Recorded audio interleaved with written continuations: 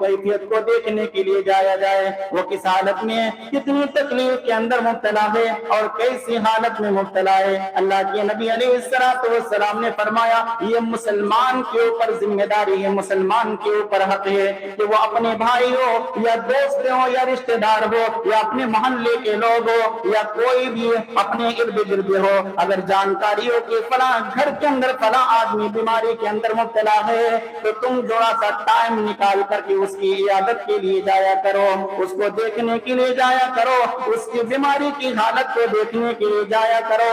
اور لوگوں یہ جناب محمد رسول اللہ صلی اللہ علیہ وسلم نے بیمار کی عیادت کرنے کو مسلمان کا حق قرار دیا ہے۔ کیا فائدہ ہے؟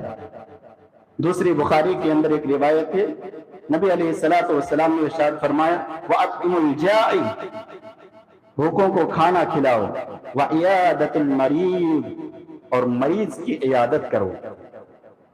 کیا فائدہ ہے؟ ترمذی کی روایت، راوی حدیث حضرت ابو ہریرہ رضی اللہ تعالیٰ عنہ بیان فرماتے ہیں من عاد، جو شخص بیمار کی عیادت کے لیے چلتا ہے، ینادی منادی من السماء، آسمان سے اعلان کرنے والا فرشتہ ایک آواز لگاتا ہے۔ کیا فضیلت ہے، کیا مقام ہے، ذرا سنیں، جس سے ہم پیچھے ہو رہے ہیں اور جس سے ہم دور ہو رہے ہیں، جن فضیلت کو ہم حاصل کرنا نہیں چاہتے ہیں۔ اللہ کے پیارے حبیب نے ارشاد فرمایا من عاد مریضا، جو شخص مریض کی عیادت کے لیے چلتا ہے، ینادی منادی من السماء، آسمان سے ایک اعلان کرنے والا اعلان کرتا ہے طبقا، تو پاک ہے، وطابا ممسکا، اور تیرا چلنا مبارک ہو۔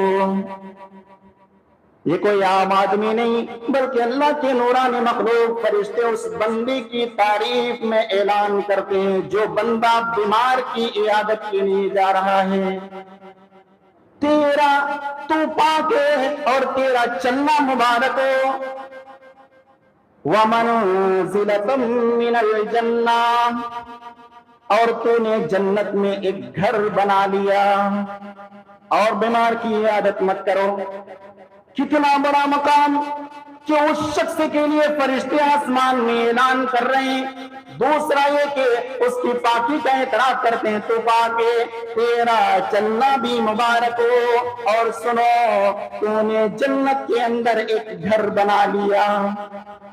مسلم شریف کی ایک روایت، راوی حدیث حضرت انس بن مالک رضی اللہ تعالیٰ عنہ بیان فرماتے ہیں اللہ کے پیارے نبی جناب محمد رسول اللہ صلی اللہ علیہ وسلم نے ارشاد فرمایا من عاد مریضا، جو شخص مریض کی عیادت کے لیے چلتا ہے، ینادی منادی من السماء، تو آسمان سے اس کے لیے اعلان کرنے والا اعلان کرتا ہے کہ تیرا چلنا مبارک ہو، تو پاک ہے، اور پھر لم یزل خرفۃ من الجنہ، اللہ کے نبی علیہ السلام نے ارشاد فرمایا وہ جب تک بیمار کی عیادت میں رہتا ہے وہ مسلسل جنت کی روش میں رہتا ہے۔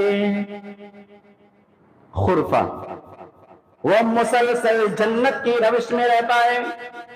قیل یا رسول اللہ وما خرفۃ الجنہ، جب صحابہ کرام کو کوئی بات سمجھ میں نہیں آتی تھی کہ نبی علیہ السلام نے کیا جملے استعمال کیے، فوراً پوچھ لیا کرتے تھے اے اللہ کے نبی وما خرفۃ الجنہ، اے اللہ کے نبی ذرا جنت کی خرفہ کی تشریح کر دیں، یہ جنت کی خرفہ کیا ہے؟ اللہ کے نبی علیہ السلام نے ارشاد فرمایا حناہا، یہ جنت کے پھل ہیں۔ پہلا اعلان، پہلی بشارت کہ اس کے لیے فرشتہ اعلان کرتا ہے، دوسری اس کی پاکی کا اعتراف کرتا ہے، تیسرا یہ کہ تیرا چلنا بھی مبارک ہو، بشارت سناتا ہے، چوتھا یہ کہ اس کے لیے جنت کے اندر ایک گھر بنا دیا جاتا ہے، تیسرا یہ کہ وہ جنت کے پھلوں میں ہوتا ہے۔ اور لوگوں بیمار کی عادت سے کیوں پیچھے رہتے ہو جبکہ جناب محمد رسول اللہ صلی اللہ علیہ وسلم نے اتنی بشارتیں سنائی ہے.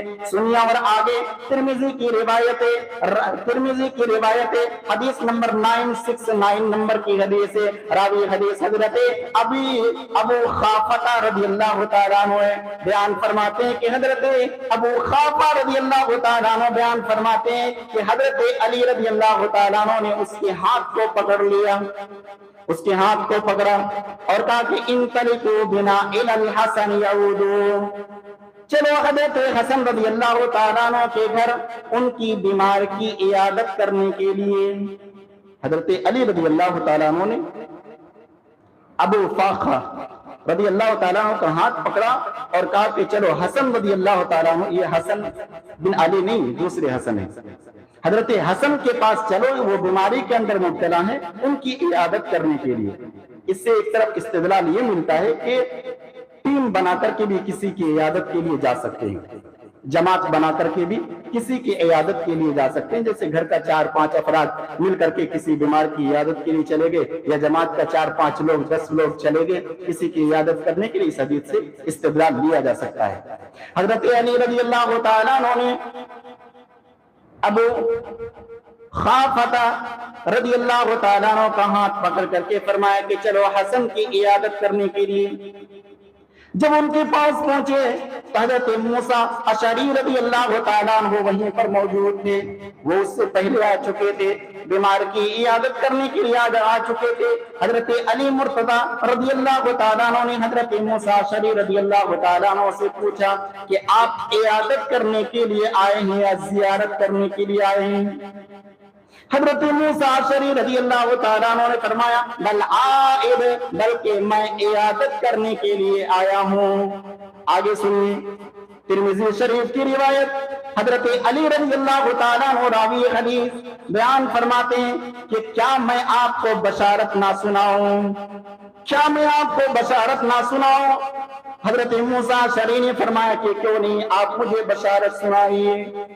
حضرت علی رضی اللہ تعالیٰ عنہ نے فرمایا سمعت رسول اللہ صلی اللہ علیہ وسلم, میں نے اللہ کے پیارے نبی جناب محمد رسول اللہ صلی اللہ علیہ وسلم کو فرماتے ہوئے سنا ما من مسلم عادى مسلما, کوئی بھی مسلمان کسی مسلمان کی بیمار کی عیادت کرنے کے لیے جاتا ہے الا صلی علیہ 7,000 ملک.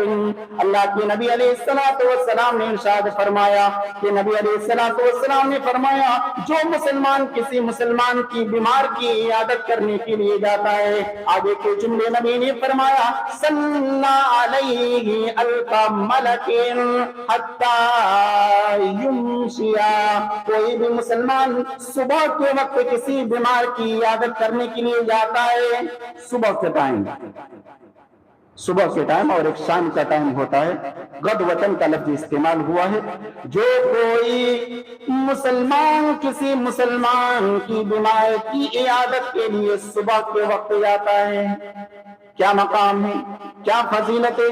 صلی علیہ 1,000 ملک, 70,000 فرشتے اس کے لیے مغفرت کی دعا کرتے ہیں حتی یمسیا, یہاں تک کہ شام ہو جائے. اس سے بڑی بشارت کی بات اور کیا ہو سکتی ہے ہمارے لیے؟ ایک دو فرشتہ نہیں, اللہ کے نبی علیہ السلام نے فرمایا 70,000 فرشتے اس شخص کے لیے مغفرت کی دعا کرتے ہیں جو شخص صبح کے وقت کسی مسلمان کی بیمار کی عیادت کے لیے جاتا ہے حتی یمسیا, یہاں تک کہ رات ہو.